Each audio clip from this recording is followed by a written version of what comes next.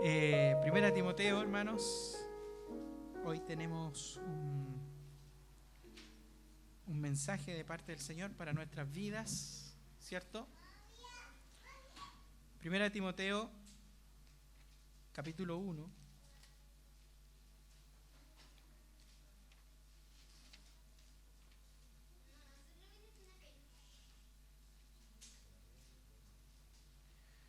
Primera de Timoteo, capítulo 1, del versículo 18 al 20. Ahí habíamos quedado, ¿ya? Del versículo 18 al 20 quedamos la última vez.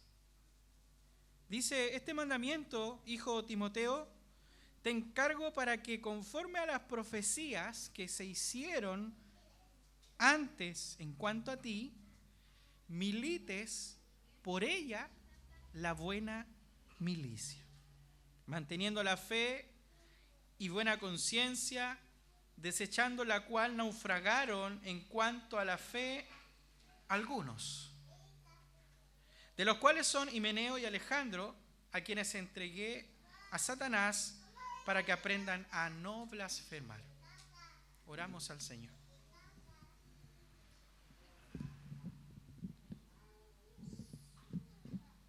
Padre, gracias te damos por esta oportunidad, la cual nos permites nuevamente poder estar alrededor de tu palabra. Ilumínanos por medio de ella, háblanos por medio de ella, corrígenos, Señor. Que sea tu Santo Espíritu obrando en nuestros corazones para alabanza de tu gloria. Señor, ayúdanos porque sin ti no somos nada. Y realmente necesitamos ser corregidos, enseñados y capacitados por medio de tu palabra. Te rogamos, Padre, que sea tu bendición en el nombre de Jesús. Amén y amén. Bien, hermanos, esta es una advertencia, lo que acabamos de leer, es una advertencia que nos alienta y es una advertencia muy útil también para nuestra vida espiritual. Es una advertencia de lo que le sucedió a dos personajes en la Escritura, a Himeneo y a Alejandro. El mensaje de hoy se titula Naufragio en la fe. ¿Ya? De eso vamos a estar hablando el día de hoy. Y una de las cosas que nosotros debemos entender, hermanos, es que la advertencia de que el mal espiritual, es decir, el mal que se genera en nuestro corazón, no comienza ni parte tampoco con una conducta hereje o con alguna herejía inmediatamente. Tampoco comienza con una defectuosa ortodoxia de lo que nosotros podamos saber y conocer de la Escritura. El mal espiritual comienza con algo muy sutil. Comienza cuando el cristiano comienza a engañar su conciencia. Ojo con eso. Piensen en esto, meditemos en esto. Himeneo y Alejandro eran líderes de la iglesia de Éfeso. Piensen esto, si el mal del cristiano comienza cuando el cristiano se vuelve hereje en público, ¿cierto? Entonces Himeneo y Alejandro nunca hubiesen aprobado el examen para ser ancianos de la iglesia. Recuerde que ellos eran líderes. Recuerde que ellos enseñaban en la iglesia de Éfeso. Y a pesar de que fueron hombres probados, fueron examinados, ¿cierto? Pablo nos está advirtiendo aquí de algo muy importante y nos advierte del gran peligro que existe cuando pecamos contra nuestras conciencias. Ojo con eso, hermanos. Aquí hay un encargo que Pablo le da a Timoteo. Hay un encargo y hay una advertencia. Vaya conmigo, el versículo 18 y versículo 19, sígame en la lectura. Dice: este mandamiento, hijo Timoteo, te encargo para que conforme a las profecías que se hicieron antes en cuanto a ti, milites, dice, por ella la buena milicia, manteniendo la fe y una buena conciencia. Ahora, yo pregunto, ¿cuál es el encargo que Pablo le da a Timoteo? Simple, hermano. Milita la buena milicia. O traducido en palabras más del apóstol, pelea la buena batalla. Timoteo, pelea la buena batalla. Este es el encargo que le da Pablo a Timoteo. Y es que, hermanos, la vida cristiana es una batalla. La vida es una pelea constante contra Satanás, contra el mundo y contra nuestra propia carne, ¿cierto? ¿Cuántos dicen amén? Amén. Es así, hermanos. Este es el encargo que Pablo le da a Timoteo, pero ¿cuál es la advertencia? Mantén la fe y una buena conciencia. Ojo con esto. Timoteo, es como que Pablo le estuviera diciendo a Timoteo, Timoteo, pelea, batalla, mantén la fe, mantén una buena conciencia. Por lo tanto, si Timoteo no pelea, si Timoteo no mantiene la fe y no mantiene una buena conciencia, ¿cuál cree usted que será el destino de Timoteo? El destino de Timoteo y el destino de todos los que estamos aquí será naufragar como naufragó Himeneo y Alejandro. Que Dios nos ayude, hermanos. Que Dios nos ayude. Fíjese que habiendo entendido en los versículos anteriores que estudiamos los domingos antes pasados, habiendo entendido el uso de la ley y el uso del evangelio, tengo una pregunta. Las advertencias que nosotros podamos leer en la Escritura, las amenazas que nosotros podamos leer en la Escritura, ¿son de la ley o son del evangelio? Buena pregunta, ¿no? Las amenazas que nosotros podamos ver en la Escritura, las advertencias que nosotros podamos ver en la Escritura, ¿son de la ley o son del evangelio? ¿Qué creen ustedes? Fíjese que muchos, por un error bíblico y por sobre todo un error teológico, creen que las amenazas y las advertencias solamente pertenecen al Antiguo Testamento, a la ley. No, sí. Hoy día el Señor es un Dios de amor, es un Dios de misericordia, nos ama, ¿cierto? Creen que la ley es solamente para amenazar y para advertir, pero déjame decirte, hermano, que ese es un error fatal. Es un error fatal y hay advertencias, hay amenazas tanto en el Antiguo Testamento como en el Nuevo Testamento. En el Evangelio encontramos advertencias y amenazas. Y yo pregunto, ¿por qué el Evangelio, si está más visible y más palpable el amor de Jesús, el amor de Dios, por qué el Evangelio nos advierte? ¿Por qué el Evangelio nos amenaza? ¿Sabe por qué? Porque el Evangelio procura la transformación de tu corazón. De tal manera, hermano, hermana, que piense en la forma en que Cristo Jesús advierte y piense en la forma en cómo Cristo Jesús amenaza a las 7 iglesias del Apocalipsis. Mire, vaya conmigo ahí a Apocalipsis capítulo 2, versículo 5.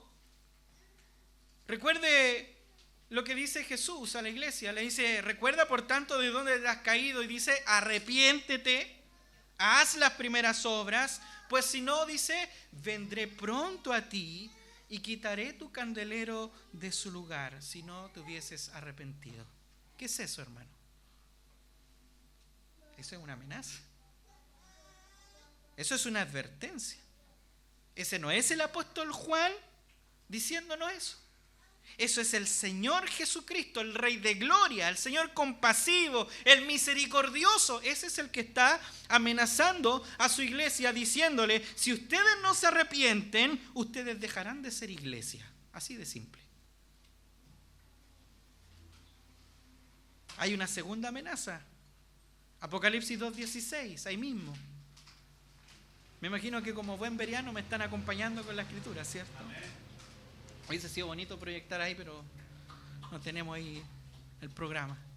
Pero Apocalipsis 2:16 dice, por tanto, arrepiéntete, pues si no, dice, vendré a ti pronto y pelearé contra ellos con la espada de mi boca. Hay una tercera amenaza que la vemos en el Evangelio. Apocalipsis capítulo 2, versículos del 22 al 23. Si no se arrepienten de las obras de ella, los heriré a muerte, dice el Señor. Hermanos, si usted se da cuenta, en el Evangelio hay amenazas y advertencias que son serias.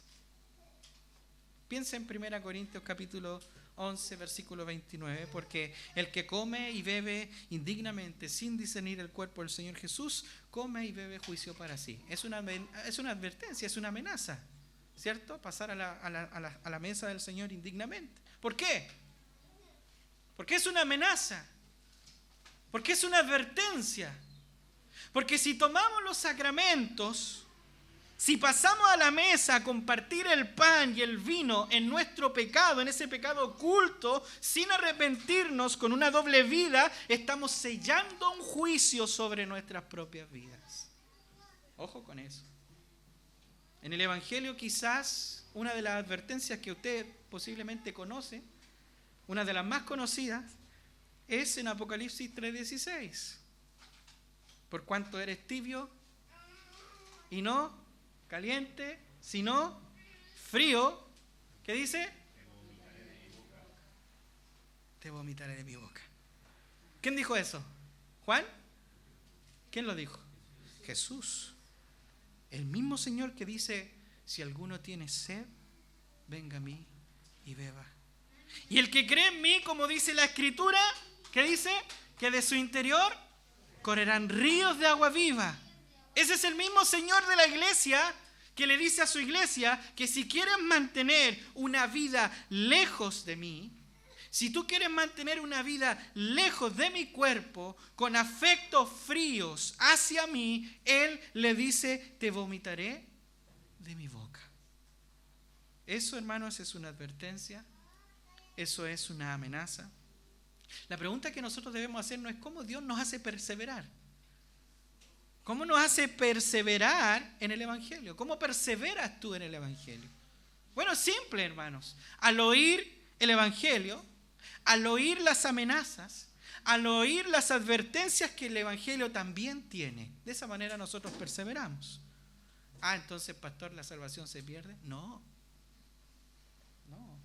Esas advertencias, esas amenazas están allí para examinar tu corazón, para que tú puedas examinar y ver si realmente en ti hay una fe genuina. De tal manera que, ¿quiénes son los que aceptan estas amenazas? ¿Quiénes son los que examinan sus corazones habiendo oído la advertencia del Señor? ¿Quiénes son estos? Son aquellos que tienen corazones vivos para Dios. ¿Cierto? Aquellos que tienen conciencias vivas para Dios. Aquellos que están muertos al pecado, pero vivos para Dios. De tal manera que ese que escucha las advertencias, escucha las amenazas de parte del Señor, tiembla. Tiembla. ¿Sabe por qué tiembla? Tiembla no porque tenga miedo a perderse. Tiembla porque entiende que el pecado es afrenta contra Dios. Su temor es producido por el amor de Dios que ha sido depositado, ¿no es cierto?, y producido en el corazón por medio del Espíritu Santo que se ha derramado en su vida y en su corazón. Por eso tiembla, por eso llora, por eso se aflige. ¿Por qué? Porque está vivo para Dios. Y fíjese, Pablo da un encargo, Pablo le da una advertencia a su querido hijo Timoteo. De tal manera que si Timoteo ignora esos consejos que Pablo le da, Timoteo va a naufragar. Y va a naufragar no como un hermano de la iglesia, ojo, no como un hermano de la iglesia, sino que él va a naufragar como un pastor. Porque Timoteo era pastor de Efeso. Va a naufragar como un líder de la congregación. Por lo tanto, yo les pregunto, amada iglesia, ¿Qué significa esto? Significa que tanto miembros de la iglesia, como pastores de la iglesia, como líderes de la iglesia, como presbíteros de la iglesia, como diáconos de la iglesia, estamos en peligro de nuestra propia naturaleza pecaminosa. Y si no presentamos batalla contra aquello, hermanos, vamos a naufragar. Tú vas a naufragar. Fíjese lo que dice Pablo. Este mandamiento, hijo, te encargo. Fíjese que este mandamiento es, en el griego original, es en un tono militar. Es una orden. No es una sugerencia. Timoteo, si tú quieres, pelea la buena batalla. Si tú quieres, milita la buena milicia. Si tú quieres nomás. No. Pablo le dice, este mandamiento, un mandato, una orden, no es una sugerencia, no es un consejito, no es algo que se pueda discutir, es un mandato apostólico a cumplir obedientemente. Lo que Pablo le estaba diciendo, Timoteo, pelea la buena batalla, Timoteo, milita la buena milicia. Pablo le dice, te encargo. Esa palabra expresa una orden con urgencia, como dada por un oficial mayor. Por lo tanto, si Pablo es el oficial mayor, Timoteo es un soldado subordinado que debe obedecer la voz de su superior, ¿cierto? Entonces, Timoteo como soldado, ¿qué tiene que hacer? Obedecer. Pelear la buena batalla, ¿cierto? ¿Y cuáles son las órdenes para pelear la buena batalla y llevar a cabo esa batalla? Vaya conmigo a 2 de Timoteo, capítulo 2, versículo 4. Ahí están las órdenes de la batalla que Timoteo debe llevar. Fíjese lo que dice el texto. Ninguno, oiga esto, ninguno que milita se enreda en los negocios de la vida, dice, a fin de agradar a aquel que lo tomó por soldado. Hermano, así de simple, te la hago cortita. Si el Señor te llamó, usted tiene que decir firme. ¿Lo llamó el Señor? Amén. Usted tiene que decir firme. Nada que hacer. Si el Señor lo llamó, nada que hacer. Si el Señor te sacó de la inmundicia del pecado, te hizo una nueva criatura, te llamó, firme, nada que hacer. Cuidado con condicionar al Señor. Cuidado con eso. Timoteo está luchando, hermano, una batalla fuerte. En el periodo que él estuvo pastoreando en la iglesia, él estuvo en una batalla fuerte. Él estuvo luchando contra los falsos maestros de Éfeso. Timoteo se encuentra en esa batalla entre el evangelio, ¿no es cierto?, la verdad del evangelio y las mentiras de Satanás el diablo. Ahí se encuentra peleando Timoteo. Esa es la batalla en la cual se encuentra Timoteo, y Timoteo tiene que hallarse fiel. Tiene que hallarse fiel. Timoteo tiene que servir como pastor en Éfeso, combatiendo a los falsos maestros, la cual no es una tarea fácil, hermanos. Combatir falsos maestros no es tarea fácil, es una tarea ardua, es desgastante. El puritano John Frame, con respecto al ministerio, él dijo que si tú entras o deseas entrar al ministerio, el ministerio quebrantará tus huesos, el ministerio fatigará tus músculos, pero tendrás la gloria de servir a tu Señor. Y fíjese que Pablo le habla y le dice allí en estos versículos, para que conforme a las profecías que se hicieron antes, en cuanto a ti, milites, dice, por ella la buena milicia.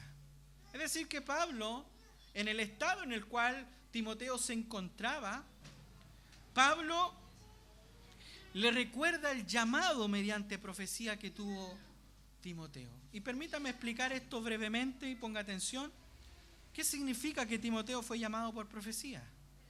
Bueno, si nosotros meditamos en la historia de Hechos, capítulo 13, vemos el ejemplo, ¿no es cierto?, de que en aquel momento estaban los ancianos de la iglesia y el Espíritu Santo habla a la iglesia y le dice: apártenme a Pablo y a Bernabé para la obra que yo los he escogido, ¿cierto? Hubo una profecía y hubo un personaje, ¿no es cierto? El Espíritu Santo habló a la iglesia y le pareció y le halló a los hermanos que estaban allí junto con el Espíritu Santo, ¿no es cierto?, que Pablo y Bernabé fueran apartados para la obra de Dios, por lo que él habían recibido el llamado mediante profecía. Hoy en día yo pregunto: ¿cómo son llamados los diáconos? ¿Cómo son llamados los pastores? ¿Cómo son llamados los presbíteros? ¿Cómo son llamados? ¿Son llamados porque alguien se para en medio de una congregación y profetiza? No, hermanos. Hoy tenemos la profecía perfecta y completa de la palabra de Dios, que nos da órdenes, nos da doctrina de cómo son llamados los hombres. Pero entendemos que en ese tiempo donde el canon bíblico, es decir, el Nuevo Testamento, no se cerraba todavía, ¿no es cierto?, Timoteo fue llamado por el accionar del Espíritu Santo a través de un hombre, a través de profecía. Y probablemente, amados hermanos, ese hermano que dio testimonio de Timoteo dio el consejo, ¿no es cierto?, de que este hombre había sido apartado por Dios. Entonces Pablo, ¿qué hace? En medio de esta lucha que está teniendo Timoteo, Pablo le recuerda que Timoteo no está en Éfeso por su propia voluntad, porque tú quisiste, Timoteo. No. Pablo le hace un llamado a recordar que él está allí por un llamado divino. No está por su propia voluntad, sino por un llamado divino. Vaya primero en Timoteo capítulo 4, versículo 14. Pablo le recuerda el llamamiento a Timoteo y le dice: no descuides el don que hay en ti. Y fíjese qué es lo que dice: que fue dado, ese don fue dado mediante profecía, acompañado de algo. La imposición de manos, ¿de quién? Del presbiterio, ¿cierto? Es decir, que Timoteo fue llamado porque hubo una profecía a través de un profeta. Recuerde que eso sucedía en los primeros días de la iglesia primitiva. Es decir, se da testimonio de Timoteo, Timoteo es examinado, ¿no es cierto? Y luego, ¿quién lo ordena? El presbiterio, ¿cierto? Los ancianos. Entonces nos damos cuenta que Timoteo no está en esta iglesia o no estuvo en esa iglesia porque simplemente se le ocurrió a Pablo. No, ¿sabes qué, Timoteo? Tú realmente tenías el llamado, me gustaría que tú estuvieras en la iglesia. No, hermanos. No es así la cosa. Timoteo está en la iglesia de Éfeso porque había sido comisionado por otros ancianos. Timoteo está puesto allí porque otros ancianos, obedeciendo la voz de Dios, han creído que Timoteo es un hombre útil para extender el reino de Dios en ese lugar. ¿Qué otra cosa, yo pregunto, hermanos, qué otra cosa mejor hay por la que vivir y morir que la gran guerra entre Dios y Satanás? Una guerra por el alma de los hombres, el alma de las mujeres y la gloria de Dios, nuestro Salvador, el Señor Jesucristo. Esto es interesante, hermanos, porque quiero contarles una ilustración de cómo fue llamado en la historia del gran reformador escocés John Knox. William Barclay relata esa conmovedora historia de cómo fue el llamado de John Knox. Y dice que hubo un par de personas, pastores, presbíteros, ancianos, que lo estimularon para que se dedicara a la predicación y al pastoreo. Pero John Knox rechazó por completo, alegando y diciendo: yo no voy a estar donde Dios no me ha llamado. Interesante. Entonces, ¿qué hicieron? Se reunieron en privado, teniendo con ellos algunos presbíteros, algunos pastores, y llegaron a la conclusión de que comisionarían a John Knox, ¿no es cierto? Así que llegó el domingo en la cual Knox estaba en la iglesia y había un predicador. el cual dirigió sus palabras a este gran reformador diciéndole: hermano, no debe ofenderse a pesar de que le hablo a usted. Lo que tengo encargado incluso de todos los que están aquí presentes, y es lo siguiente: en el nombre de Dios y de su Hijo Jesucristo, y en el nombre de estos que en este momento le llaman por mi boca, le encargo que no rechace esta santa vocación, sino que tome la responsabilidad de la predicación y el pastoreo, aun cuando usted parece evitar la desaprobación de Dios. Y deseo que Dios le multiplique la gracia en usted. ¿Sabe lo que sucedió con John Knox? Dice que se echó a llorar y se fue a su cuarto.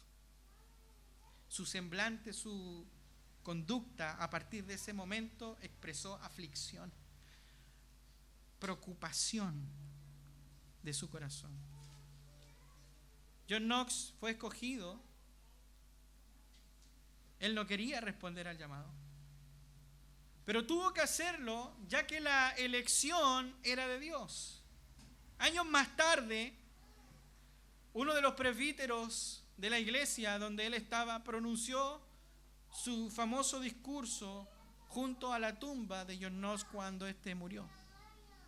Y él dijo, en respeto a quien llevó el mensaje de Dios, a quien debe dar cuenta por esto, a pesar de que fue una criatura débil e indigna, un hombre temeroso, no tuvo temor al rostro de los hombres. Y fíjense cómo esto calza con Timoteo. Al igual que Timoteo estaba en una situación difícil. Habían falsos maestros dentro de la congregación. Y al igual que Timoteo y John Knox, los que son llamados por Dios deben aceptar la responsabilidad de cumplir su ministerio y no condicionar ese llamado a deseos e impresiones personales. Por eso Pablo le dice a Timoteo: pelea la buena batalla. Aquel que condiciona el ministerio, por muy piadoso, por muy ortodoxo que pueda ser, ¿sabe qué es lo que refleja? Solamente refleja que detrás de esa apariencia de piedad solo hay un deseo de amarse a sí mismo. Y el que no quiera ser conocido por ser asalariado termina haciéndolo por causa de que no es a Dios a quien dice y desea servir, sino a su propio vientre, dice el apóstol Pablo. Aquel que dice que es llamado por Dios para trabajar apacentando la grey del Señor, no puede condicionar a aquel quien dice querer servir. O eres esclavo o simplemente no eres digno del sagrado ministerio del cual solo se requieren siervos, esclavos, no asalariados ni amadores de sí mismos.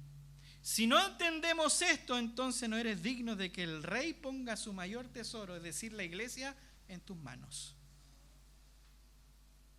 Si no entiendes eso, Pablo le recuerda eso a Timoteo, pero también Pablo le advierte lo siguiente. Pablo le recuerda algo muy importante para la vida ministerial de Timoteo.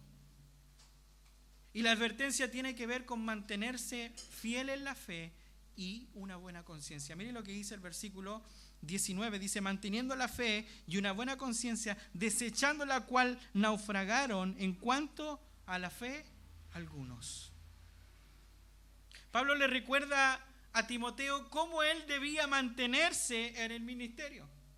Y Pablo le dice: Timoteo, si tú quieres servir mucho tiempo, si quieres servir fielmente a la iglesia, debes mantenerte en la fe, y no solamente la fe, debes mantener una buena conciencia.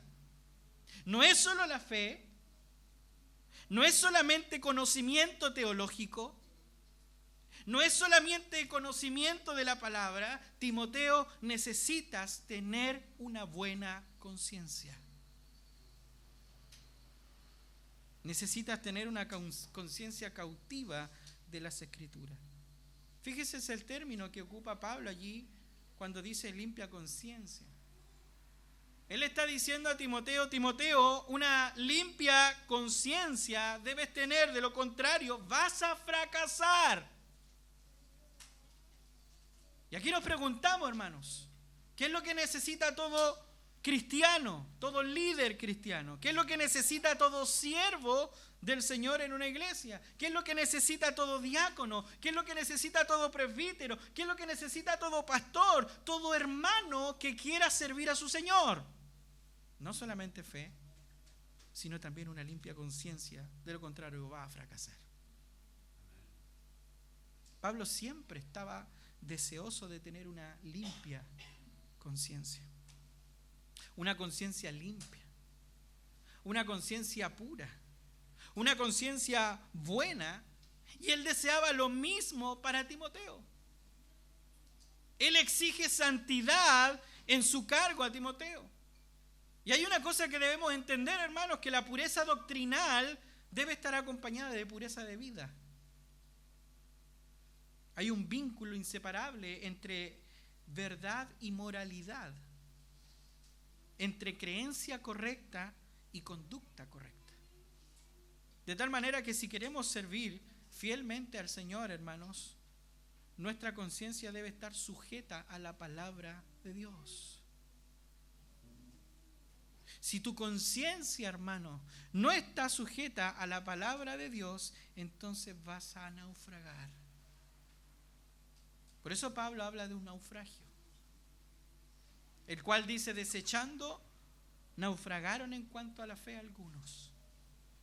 Pablo nos da este ejemplo de que si Timoteo no procura tener una buena conciencia, naufragará espiritualmente. Yo quiero ilustrarte algo para que me puedas comprender en el lenguaje que estoy hablando. Ya veo que algunos están mareados por ahí. Imagínese en este momento que usted va en un yate. Va disfrutando, ¿no es cierto?, con su familia, de la brisa del mar, ¿no es cierto? Va viendo el hermoso paisaje, la brisa fresca, pero pasa algo. Ponga atención. Desde la Armada de Chile le llaman a usted por teléfono, por radio, y le dicen que hay una tormenta rumbo a usted. Y tú decides personalmente ignorar la llamada de alerta. ¿Por qué? Porque lo estás pasando bien, porque no quieres arruinarle el día a la familia, ¿no es cierto? Entonces, ¿qué decides? Decides conscientemente ignorar la llamada de alerta hasta cuando las olas empiezan a golpear la embarcación, ¿cierto? La lluvia empieza a azotar la embarcación y tú no sabes qué hacer. Y de pronto las olas empiezan a entrar en el barco y te das cuenta que tú y tu familia están naufragando.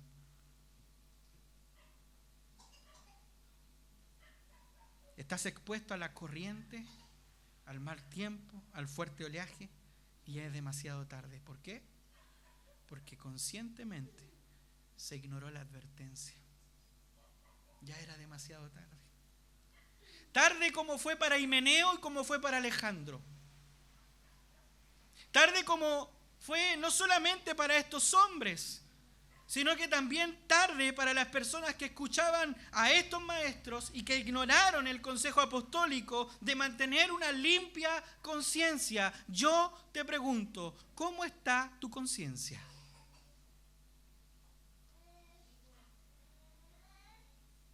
Preguntémonos, ¿qué puede mantener limpia una conciencia y una conciencia viva? ¿Sabe qué es lo único que puede mantener una limpia conciencia y una conciencia viva? Es la palabra de Dios. Mantener la fe. ¿Sabe lo que significa mantener la fe? Mantener la fe significa sostenerse firmemente en la verdad revelada y conservar ante todos esa verdad. Juan 3:21. Mas el que practica la verdad viene a la luz para que sea manifiesta que sus obras son hechas de Dios. ¿Practicas la verdad, hermano? Acércate. Quiero verte. ¿Dices caminar en la verdad? Acércate. Muéstrame tus obras. El apóstol conocía bien los peligros de un naufragio y la consecuencia cuando se desprecia o se desecha el elemento que gobierna, ¿no es cierto?, en ese momento. Siguiendo la figura marinera, la palabra es el timón del barco. La palabra es el timón que dirige la nave. ¿Cuál es la nave? La iglesia. ¿Cuál es la nave? Eres tú. Por tanto, quienes desechan, naufragian en la fe. ¿Qué ocasiona entonces el naufragio o qué fue lo que ocasionó el naufragio de Himeneo y de Alejandro? Juan Calvino dice lo siguiente. Ponga atención. Juan Calvino dijo: la mala conciencia es la madre de todas las herejías. ¿Me escuchó, cierto?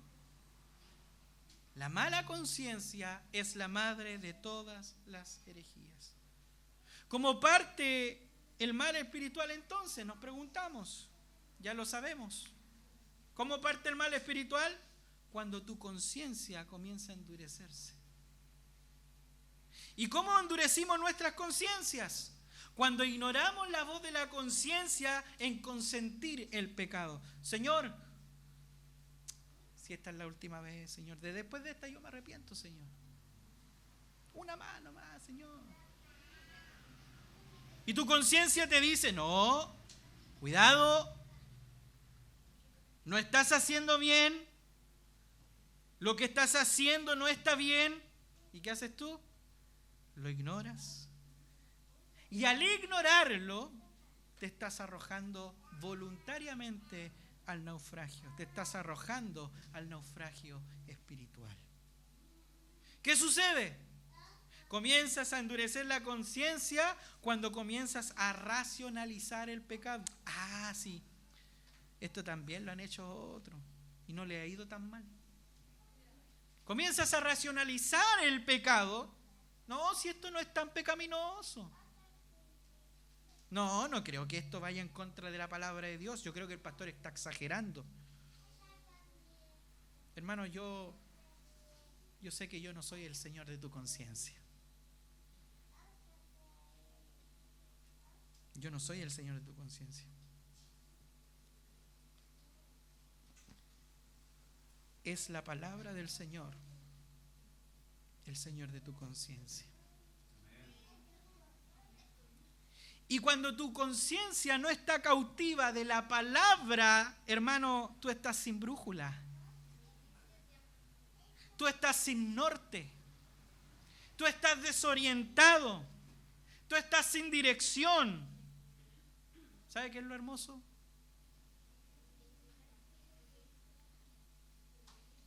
Que en la vida del cristiano tiene la lámpara que ilumina sus pies. Lámpara es a mis pies tu palabra y lumbrera mi camino. Es la palabra de Dios la que ilumina nuestras conciencias, pero cuando tú decides no escuchar la palabra de Dios, ¿cuándo endureces tu conciencia? Cuando mientes contra la conciencia para justificar tus deseos pecaminosos. Si tú decides violentar tu conciencia, hermano, hermana, vas a naufragar. El mal espiritual, hermano, no viene de la noche a la mañana. No es como un tsunami, no, hermanos. No viene de la noche a la mañana, viene cuando comienzas a endurecerse poco a poco su conciencia. Y claro, un falso maestro puede decir: no tengo problemas de conciencia, lo que yo creo está bien. ¿Por qué no tiene problemas de conciencia? ¿Por qué su conciencia no le acusa? Obviamente porque su conciencia está cautiva de sus propias mentiras y no de la palabra de Dios. Es lógico, ¿o no? ¿Qué pasa con el creyente que se está endureciendo? El Señor te habla a ti en esta hora. ¿Qué pasa con el creyente que se está endureciendo? Él dice: no tengo problemas de conciencia. No tengo ningún problema de conciencia. Obvio que no. Obvio que no tiene problemas de conciencia porque su mente no está saturada de la Escritura. Su mente está saturada del mundo. Su mente está saturada de lo que ve, de las filosofías de este mundo, de lo que oye, de las ideologías de este mundo, pero no de la palabra de Dios. Cuando la palabra de Dios llena tu mente, Cuando la palabra de Dios llena tu conciencia está viva. Y está tan viva, tan sensible, aleluya. Tan sensible que cuando tú pecas o cuando tú fallas, te afliges. Y le dices, Señor, perdóname. Perdóname por ser desconsiderado. Perdóname, Señor, por ser indolente. Perdóname, Señor, por no pensar, Señor, por pecar contra ti. Perdóname por ser desobediente. Cuando la palabra de Dios llena tu mente, hay una conciencia viva, hermanos. Pero cuando la conciencia está endurecido, el pecado da igual. El pecado da igual, da lo mismo. Todo ese caminar es un camino al naufragio espiritual. ¿Y sabe cuáles son los síntomas? ¿Cómo? Usted puede preguntarse, pastor, ya entiendo. ¿Cuáles son los síntomas para saber si yo estoy ahí o no? Simple. ¿Sabe cuáles son los síntomas de una conciencia endurecida? El sentimiento de que caminar con Cristo y servir a Cristo es una carga pesada. Chuta, no hay que ir a la iglesia.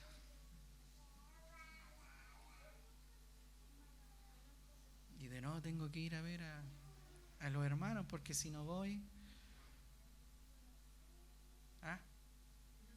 No, es que ¿para qué voy a ir a la iglesia si trabajé toda la semana? Voy a descansar. Es que no tengo vehículo. No puedo ir a la iglesia.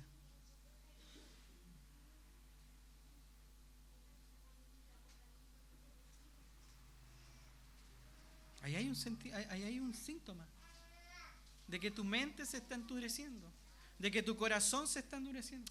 Sí, vamos al cumpleaños nomás, si el día del Señor es un día opcional. Démosle nomás. El sentimiento de que caminar con Cristo y servir a Cristo se vuelve pesado. Hay que ir a la oración. Hay que ir a las clases de mujeres.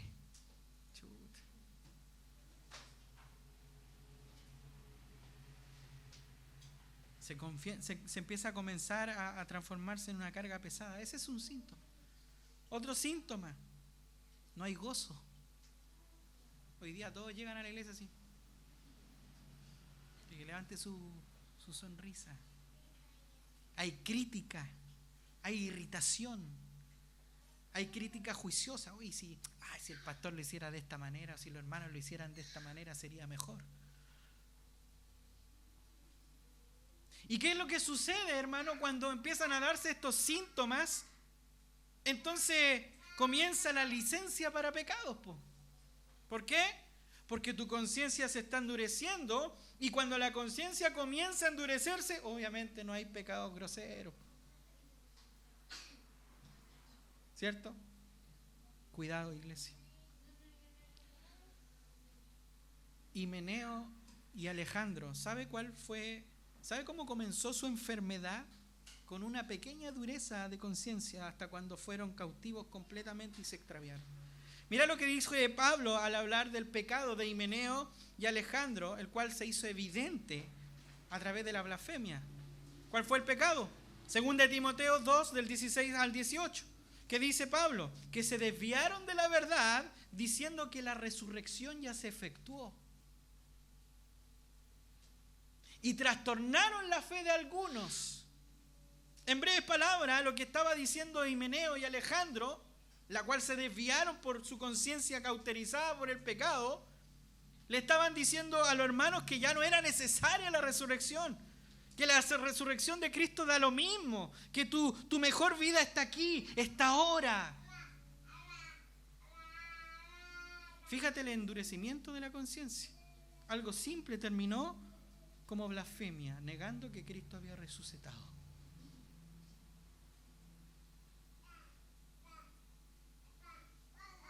Mira por favor el versículo 5 al 7 de este mismo capítulo 1. Dice, pues el propósito de este mandamiento es el amor nacido de corazón limpio y de una buena conciencia y de fe no fingida, de las cuales cosas, desviándose algunos, se apartaron a vana palabrería, queriendo ser doctores de la ley, sin entender ni lo que hablan ni lo que afirman. ¿Sabe cuál? ¿Te das cuenta cuál es el origen del mal espiritual de Himeneo y Alejandro? ¿Cuál fue el grave pecado de estos hombres? ¿Sabe cuál fue o no? Se preocuparon por ser doctores de la ley. Quisieron ser maestros de otros. ¿Pero qué rechazaron? Rechazaron 3 cosas, dice Pablo. El amor nacido de un corazón limpio, una buena conciencia y una fe sincera. Hermanos, ¿cuánto peligro hay para aquellos que quieren ser maestros de la Escritura? Para aquellos que quieren enseñar. No estoy diciendo que sea malo saber de la Escritura. No estoy diciendo que sea malo estudiar teología, de ninguna manera. Al contrario, son nuestros corazones los malos. Pero fíjese, ¿cuándo comenzó el naufragio espiritual de estos falsos maestros de Éfeso? Cuando dejaron de cultivar un corazón limpio. Hermano, yo te pregunto, ¿a qué venimos en la semana? ¿A la oración? ¿Al estudio bíblico? ¿A las clases de mujeres? ¿A la escuela dominical? ¿Al culto? ¿A qué venimos? Venimos a cultivar un corazón limpio. ¿Y cómo se cultiva un corazón limpio? Por la palabra de Dios. Cuando somos expuestos a la palabra de Dios, somos limpiados. Santifícalos en tu palabra es. Participamos en la enseñanza no porque sean buenas, no porque los expositores son buenos, sino porque queremos corazones limpios. Porque queremos una fe sincera. Esa es la razón del por qué venimos a la iglesia, del por qué estudiamos. Porque queremos exponernos a las Escrituras para ser limpiados por la Escritura y ser transformados por la Escritura. De tal manera, hermano, que estos hombres dejaron de cultivar un corazón limpio, dejaron de cultivar una buena conciencia y dejaron de cultivar una fe sincera. ¿En qué se enfocaron? En ser maestros. Querían ser maestros de la ley, pero no entendían lo que enseñaban ni lo que predicaban. El peligro para los estudiantes de teología, sobre todo para aquellos autodidactas, es que si el fin del estudio teológico es solamente ser maestro, si es solamente tener información y no cultivar un corazón puro, no cultivar una buena conciencia, no cultivar una fe sincera, amado hermano, amado hermana, vas camino al rumbo del naufragio espiritual. ¿Por qué? Porque ese es un fin para la idolatría. Porque ese fin busca ser maestro y no tener un corazón puro. Porque ese fin busca la fama y no tener una conciencia limpia. Porque ese fin busca tener reconocimiento más que servir al Señor y sobre todo edificar a la iglesia. Por muy ortodoxo y correcto que sea tu conocimiento teológico, si no cumples este fin, es decir, una buena conciencia, una fe sincera, un corazón puro, estás en peligro. Pablo le recuerda a Timoteo su responsabilidad ante la iglesia, su responsabilidad ante sus hermanos y por sobre todo su responsabilidad ante el Señor. Hermano, ¿estás en ese peligro? ¿Cómo está tu conciencia? ¿Estaremos en ese peligro? En lugar de cultivar un corazón limpio, en lugar de cultivar una fe sincera, en lugar de cultivar una buena conciencia, simplemente estamos cultivando nuestras cabezas, demostrando cuánto sabemos, viviendo de la manera light. Si ese es nuestro fin, entonces estamos en peligro de naufragio. ¿Sabe qué es lo más triste de todo esto? Yo sé que usted se va a ir de acá, ¿cierto? Porque obviamente hemos venido para disfrutar en familia, ¿no es cierto?, de este hermoso bautizo que se va a realizar. Pero usted se va a ir con esta semilla en su cabeza. Posiblemente me odie por lo que yo le voy a decir. Hoy día voy a estar en la mesa de muchos, siempre digo lo mismo. Hoy día voy a estar tomando tecito con algunos en sus mesas. Me refiero a la murmuración, hermanos, para serles directo. Pero fíjese, ¿sabe qué es lo más triste de todo esto? Que en el día del juicio final, muchos endurecidos se van a presentar delante del Rey soberano y le dirán: Señor, Señor, en tu nombre predicamos.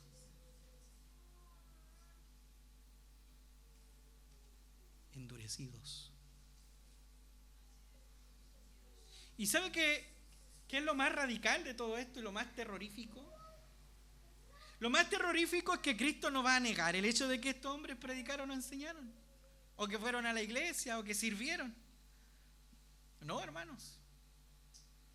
No va a negar en el día del juicio que muchos de esos hombres eran maestros de la iglesia, eran predicadores de la iglesia, eran servidores de la iglesia. ¿Sabe qué es lo más terrible que el Señor les va a decir? Nunca te conocí. No sé quién eres tú. Nunca caminamos juntos. Nunca tuvimos una intimidad espiritual. No sé quién eres tú. Claro, mi palabra estuvo en tus labios, pero nunca gobernó tu conciencia ni tu corazón. No sé quién eres tú. Aleluya. Hermano amado, ¿tienes una conciencia limpia delante del Señor? ¿Puedes decir con sinceridad de corazón, estoy caminando con Él? En el juicio final, a esas personas se les dirá: apártate de mí, hacedor de maldad, yo nunca te conocí. Hermano, no peques. No te endurezcas más. El Señor te está hablando en esta hora. Amén. No peques. No te endurezcas más. Confiesa tu pecado. No justifiques ningún pecado o te vas a endurecer más y más y más hasta cuando tu conciencia esté cauterizada y ya no haya remedio. Arrepiéntete pues entonces. ¿Para qué estamos aquí, hermano? Estamos aquí para que nuestras conciencias sean avivadas por el poder de la palabra del Señor. ¿Cómo podemos entonces mantener una conciencia limpia? Fíjese que el pecado mora aún en el mejor de los santos. Mire lo que dijo uno de los hombres más piadosos de la iglesia primitiva. Si decimos que no hemos pecado, nos engañamos a nosotros mismos y la verdad de Dios no está en nosotros. Juan no dice ustedes, dice nosotros somos pecadores, dice Juan. Y ese mismo apóstol dice que si confesamos nuestros pecados, Él es fiel y justo para lavarnos y limpiarnos de toda maldad. Entonces, hermanos, yo pregunto, ¿cómo podemos mantener una conciencia limpia de pecado? Primero, manteniendo la convicción de pecado. Tú necesitas y necesitamos la predicación del Evangelio. ¿Para qué? Para tener una convicción constante de la naturaleza del pecado que todavía mora en ti. Pero junto con tener una convicción viva del pecado, aleluya, tú necesitas una convicción viva de Cristo Jesús, tu Señor y Salvador, que te lava y que te limpia de todo pecado. Aleluya. Necesitas convicción de pecado, necesitas predicación que te convenza de pecado, necesitas enseñanza que te convenza de pecado, pero junto con eso necesitas la convicción de que Jesús muere y te lava y te limpia de todos tus pecados. Amén. Aleluya. Hermanos, ¿qué podemos hacer para mantener una conciencia limpia? Oye bien lo que te voy a decir. Apártate de las influencias de los falsos maestros. Apártate de los falsos maestros. Pablo dice en el versículo 20, de los cuales son Himeneo y Alejandro, a quienes entregué a Satanás para que aprendan a no blasfemar. Esa es la razón, hermanos, por la cual los hombres son expulsados de la iglesia. Son expulsados de la congregación para cuidar a la congregación, para que la congregación no caiga en la misma blasfemia. Entonces yo te pregunto, ¿quieren mantener una buena conciencia? Parece que están dormidos. Vuelvo a preguntar, ¿quieres tener una buena conciencia? Entonces apártate de las predicaciones que enfrían tu conciencia. Porque muchas veces queremos escuchar lo que queremos escuchar. Te va a irte bien. Te lo declaro, te lo decreto. Le hago un par de nudos para que se cumpla. Pacta, decreta. Pero el Señor te dice, no, arrepiéntete. Arrepiéntete.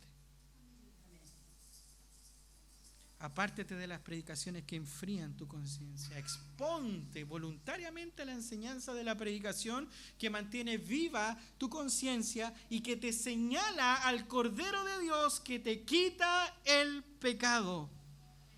Mantente en una conciencia viva. ¿Cómo podemos entonces ser evitados, ser entregados a Satanás para castigo? Bueno, al recibir la verdad y la justicia de Dios en Cristo, y luego mantener la fe y una buena conciencia. ¿Qué debe hacer la iglesia para mantener en su comunidad una buena conciencia? Simple. La iglesia debe expulsar a los falsos maestros. No debe ser tolerante con la falsa enseñanza. Un cristiano, cuando no quiere arrepentirse, se le entrega a Satanás. Se le saca de la comunidad de la iglesia para que sea maltratado por Satanás a fin de que proceda al arrepentimiento. ¿Qué ocurre con un falso maestro? En nuestra denominación, en nuestra iglesia, quienes tienen el poder para deponer a un pastor o a un falso maestro es el presbiterio. Y por el bien de la iglesia, debe expulsarlo, debe silenciarlo, debe sacarlo de los púlpitos para que la iglesia no se corrompa. ¿Te das cuenta, hermanos, cuán importante es que tú y yo y la iglesia mantengamos una buena conciencia? Te invito, hermano, en esta hora a examinar tu conciencia. Piensa, ¿cómo está tu conciencia? Si tu conciencia en esta hora es avivada y está siendo avivada por la palabra de Dios y te está diciendo fallaste, te equivocaste, has cerrado, entonces yo te invito a correr a Cristo. Corre a Jesús. Corre a su sangre purificadora. Aférrate a su misericordia y pide ser renovado por Él. ¿Qué les parece si oramos en esa dirección? Para que el Señor mueva y remueva nuestras conciencias. Y si hay pecado, si hemos fallado, si nos hemos equivocado, Jesucristo no te rechaza. Tú te has alejado de Cristo. Tú te has alejado de Dios. Dios nunca se ha alejado. Él siempre está. Él está en su trono. Él está sentado en su trono. Él no ha perdido el control.